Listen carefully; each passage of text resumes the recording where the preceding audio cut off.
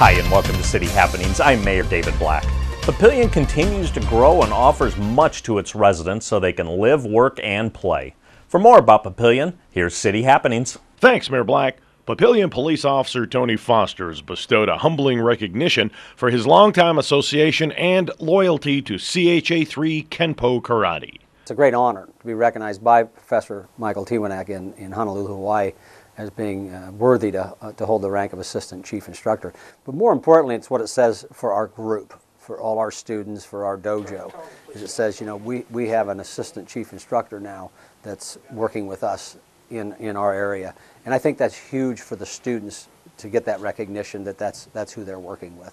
He's been involved since the mid-'70s. Looking back, 40 years involvement just doesn't seem possible.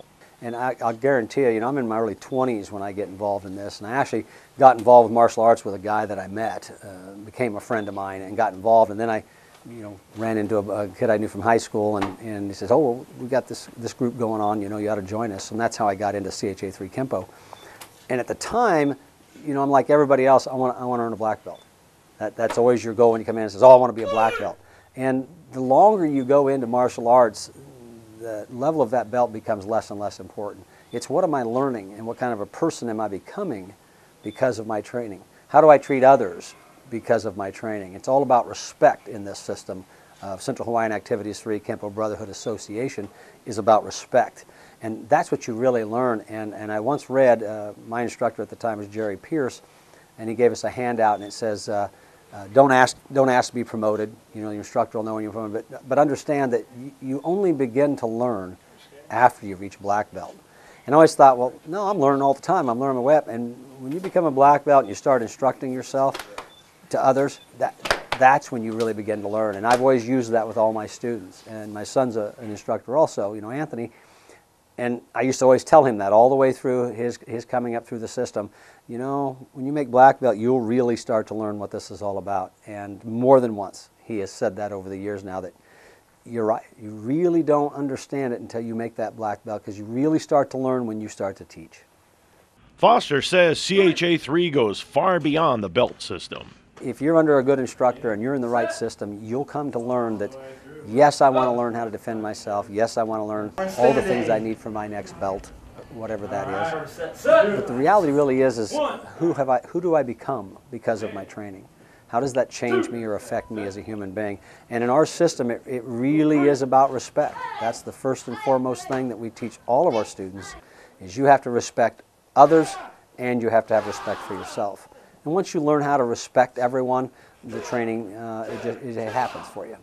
Foster emphasizes that you don't come to his dojo expecting to learn how to beat up people. CHA3 Kenpo truly is, and we use this phrase a lot, the art of self-defense. Everything we do is a reaction on what somebody else has done. We don't teach anything that's offensive at all. Everything we do is to keep from being injured and then making the other person incapable, hopefully, of hurting us. It's always about self-defense, and we truly are the art of self-defense. This goes back to 525 AD, the 28th Buddha, Daruma. It's about self-defense. It's about defending oneself. And we always use the phrase that says, "I'd rather know it and never need it than need it and not know it." And we use that a lot in our dojo. But it really is, I want all of our students to learn how to defend themselves if they're attacked. I never want to teach a student how to hurt somebody just because they don't like them or out of fun. Being a baseball play-by-play announcer is one of the best jobs in the world. It's even better when the team for whom you announce is winning, like the back-to-back AAA national champ, Omaha Storm Chasers. It's fun. I mean, I think that, the biggest thing is when you're winning, it's exciting to come to the ballpark because games are meaningful. It's tough for these guys when they're in AAA and they're losing and they're trying to find sort of a purpose to kind of get through the grind of a season. It feels more like work when you're losing, but when you're winning, you just can't wait to get to the ballpark. And it's been an incredible ride. It wasn't one of those things that we saw come in the last 2 years. The team wasn't dominant during the regular season, but got hot at the very right time. They had some good luck as well. but it just seemed like when the games mattered most, the team played its very best, and it's fun to see. One of the many benefits at this level of broadcasting is you get to see players before they make it to the big leagues. I think that's also a big fun part of the job. I mean, it's like, I always liken it to, when the Royals make the World Series, there were 14 guys out of the 25-man roster that played in Omaha, and so when they're here, it feels like they're playing in the smaller stage, the local saloon or in the garage, before they're playing the big stadiums in a concert, and I think that's like that for these players. This is it doesn't have the microscope of the big leagues, but now you're seeing guys kind of graduate to the big leagues, have success there, and the team's having success, and so now you're seeing those guys on the big stage, and that's absolutely a fun part of the job. Players like to say that a championship game is just another game. Is it the same for announcers? Yeah, it's like a player. I think you try and treat it like a normal game, but it's not. I mean, that's the beauty of the sport of baseball is it can be a grind where one game can sort of melt into the next, and it's hard to remember one game for the other. But once you get to the playoffs, it is the exact opposite of the regular season. Where one pitch might not matter during the regular season because there are thousands and thousands of pitches. But in the playoffs, it's the exact opposite. Every pitch matters, every play matters, and you sort of feel that tension and sort of relay that tension to the listener because, I mean, you could have a big moment at any time during a game that could ultimately win you or cost you a championship.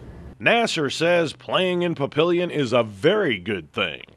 It has been, truly just kind of a blessing for the city and for just this whole county, just because, again, there are millions of people that play baseball across the world on an annual basis, whether it's Little League to the big leagues. The top 750 in the world play Major League Baseball.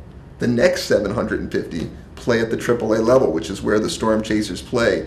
So, to have the top 1% of the 1% here in the city of Papillion is just a neat thing. Fans, they're coming here, and they're coming here for a lot of different reasons, whether it's just to spend time with a family or friends, just have a night out where they're not spending an arm and a leg, but at the same time, they get to watch an elite level of baseball, and then guys that ultimately go on to play at the grand stage and potentially play in the World Series for a world championship. So it's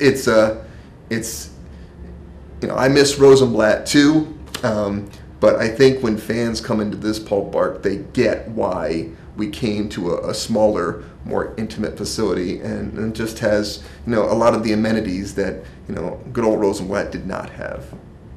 Werner Park has given this club its own identity. It has changed. The whole perception has changed because, and I think a lot of it is just the Storm Chasers and the Omaha Royals, have their own home. While playing at Rosenblatt, the home of the College World Series was great for us. We were always sort of secondary to the College World Series. This place is our own, and the fact that we've had so many great players come through here over the past few years. The fact that we've won championships, the fact that Kansas City is now doing so well, there is an excitement about baseball that you and I remember back in the heydays with the Kansas City Royals back in the 70s and 80s, when there was so much excitement, when they won the World Series in '85 and they played in all those great series against the Yankees in the late 70s. It's starting to get back to that now. It's just neat just going out in the city now and seeing in October, bars packed so people can watch the Kansas City Royals play in the postseason. I mean, when have we seen that in the last 30 years? We haven't. And so just to see that excitement about Royals baseball, about Storm Chasers baseball come back has been a fun part to be here at Werner Park. More new businesses open their doors in Papillion.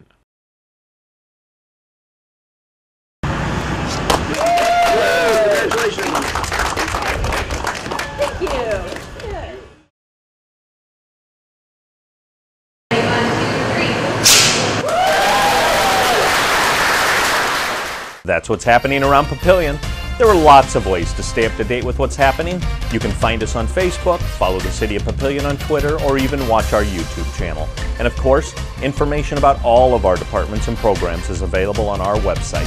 For more about Papillion, go to www.papillion.org or just call the Mayor's Hotline at 402-827-1111. Thanks for watching.